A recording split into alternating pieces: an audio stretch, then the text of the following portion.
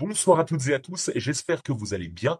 Ce soir, on va parler Netflix qui a frappé fort avec la série Antise qui est sortie il y a seulement quelques semaines, une création documentaire produite par James Wan, le maître de l'horreur qui est derrière Conjuring ou Insidious. Cette mini-série en 5 épisodes s'est rapidement hissée dans le top 10 de la plateforme. Antise, c'est quoi? Ça entremêle deux affaires paranormales documentées. Les 3 premiers épisodes sur Erie Hall, donc dans une université qui retrace le calvaire de Chris Di Cesare, un étudiant américain dans les années 80, hanté par une entité invisible dans son campus. Et puis on a 2 derniers épisodes qui s'appellent This House Murdered Me et qui nous plonge dans une famille de Salt Lake City, dans une maison victorienne, rapidement envahie par des phénomènes effrayants sur fond de rénovation et de secrets enfouis.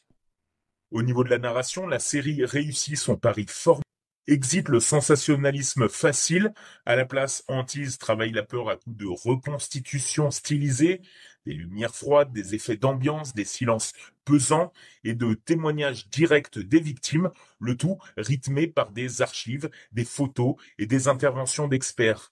La mise en scène, elle brouille ainsi la frontière entre récit et réalité, transformant chaque témoignage en huis clos mental et sensoriel.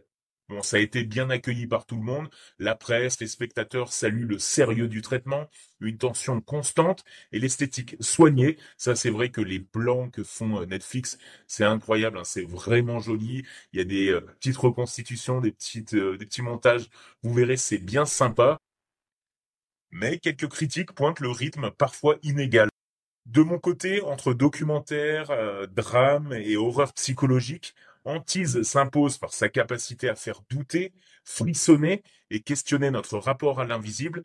En revanche, moi, j'ai trouvé que c'était un petit peu, comment dire, lent à certains moments, un petit peu trop même de détails. On pourrait raccourcir les épisodes de 30 minutes peut-être à 20, 22, et aussi toujours le côté forcé à la 50 minutes inside de Netflix à faire pleurer les personnages réels ou les mettre dans des situations mal à l'aise.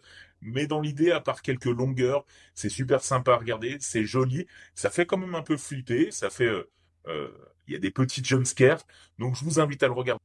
Je mettrais un 6,5, 7 sur 10, parce que, comme je vous l'ai dit, j'ai trouvé ça un peu longuet, bien que super joli. Donc c'est à regarder si on aime les séries documentaires paranormales soignées, sans fake ni exagération, si on cherche une ambiance anxiogène, ancrée dans le témoignage et la suggestion, ou bien si on voudrait une alternative crédible aux fictions surproduites, version James Wan. Tu l'as regardé? Dis-moi en commentaire ce que t'en as pensé, j'ai hâte de t'entendre, de te lire, et je te dis à bientôt pour une prochaine critique.